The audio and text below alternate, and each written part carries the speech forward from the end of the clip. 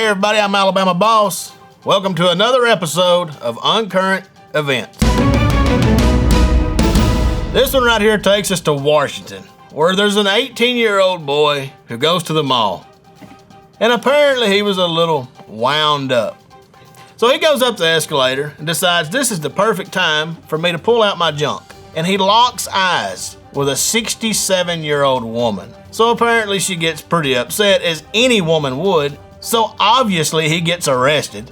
This 18-year-old tells police that he's been having technical difficulties with his zipper. He says, hey man, my zipper's broke. My junk keeps falling out of it. They keep questioning him, and he finally admits, I haven't got any in a while. That's a quote. He told the cops he showed an old woman his junk because he ain't got laid. Well, look, I'm gonna give this guy some advice. And any of y'all out there that think you're gonna get laid by go showing your junk off, it's not a sports car. You don't have a Lamborghini. You're not gonna go up and down the strip and be like, look what I got, and bitches come running. Because that's not how it works. It's never worked. In the history of flashing, nobody has ever pulled their dick out and a girl go, I want some of that right there. I'll take a dose. Never! To all the men out there, we all hit dry spells. It's okay. Just work your way through it, if you know what I mean. You're not gonna get any by flashing people. Stop doing it. So let's talk to people, join these dating websites, get on Tinder, do what you gotta do, because flashing is gonna get you one place. That's jail. And look, this goes for the people sending dick pics too. Y'all not getting none. Nobody is opening up their inbox and being like, oh, well, I didn't like this guy, but now that I see this pristine penis, I want some of it. I think I'll take two. I may be dumb. Maybe all of y'all sending dick pics to people are getting laid. I don't know.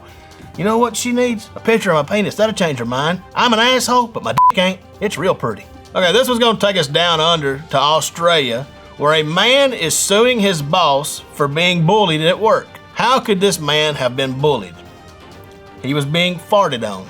This man is claiming that he has $1.8 million worth of anxiety, depression, and physical injuries. Basically, the man says that he was being farted on daily. The victim claimed that his boss would come up while he was at the printer and break wind on him. You know, all this crazy farting going on. So the court eventually ruled that the victim was not a victim. He didn't get any money. His boss was not guilty of anything. And the judge's whole reasoning behind this was the victim was German. And in Australia, that's just how we do it, mate. We shit on each other. Get used to it. And to be honest, this is not too hard to believe. Australia is the deep, deep South. I mean, they are a different breed of redneck. This is what they do. They shit on each other and laugh about it. So look, there may be some high-paying jobs in Australia, and if you go down there and take one, be ready for it. Somebody's gonna fart in your face and laugh. Just suck it up and go on about your business. Okay, this one takes us down to Duluth, Georgia, where there's a deal going down between two cars. There's a 69-year-old man who has answered a Korean ad in a newspaper. He's going to sell his ginseng to a woman who he thinks is a legit buyer. So they meet in a parking lot, they back up to each other. It ends up being about 20 pounds of ginseng, as the report says. And while they're weighing it, they're putting it into the other woman's car. And out of nowhere, the accomplice to the heist, the 70-year-old Korean lady, gets in the getaway car. So we have a pursuit of sorts between citizens going on in the parking lot. And this old woman manages to get away, and they have not caught her yet. So a lot of y'all out there are probably thinking, 20 pounds of ginseng root.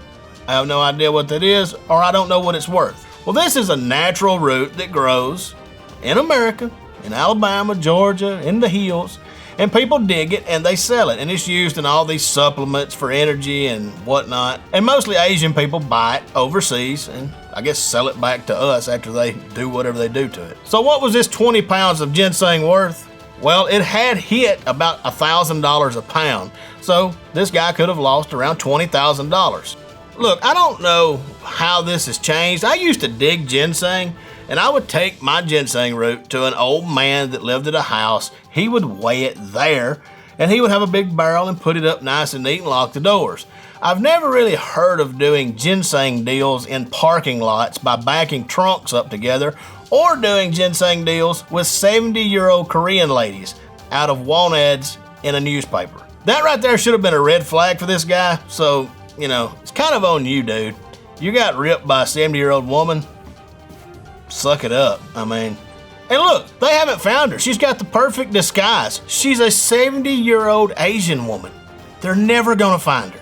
This one right here takes us to Beijing, China, to a sperm bank where there is a shortage of sperm donors. This one sperm bank in Beijing is now requiring that anyone donating sperm must pledge loyalty to the Communist Party, and that their sperm, apparently, is gonna be loyal to the Communist Party.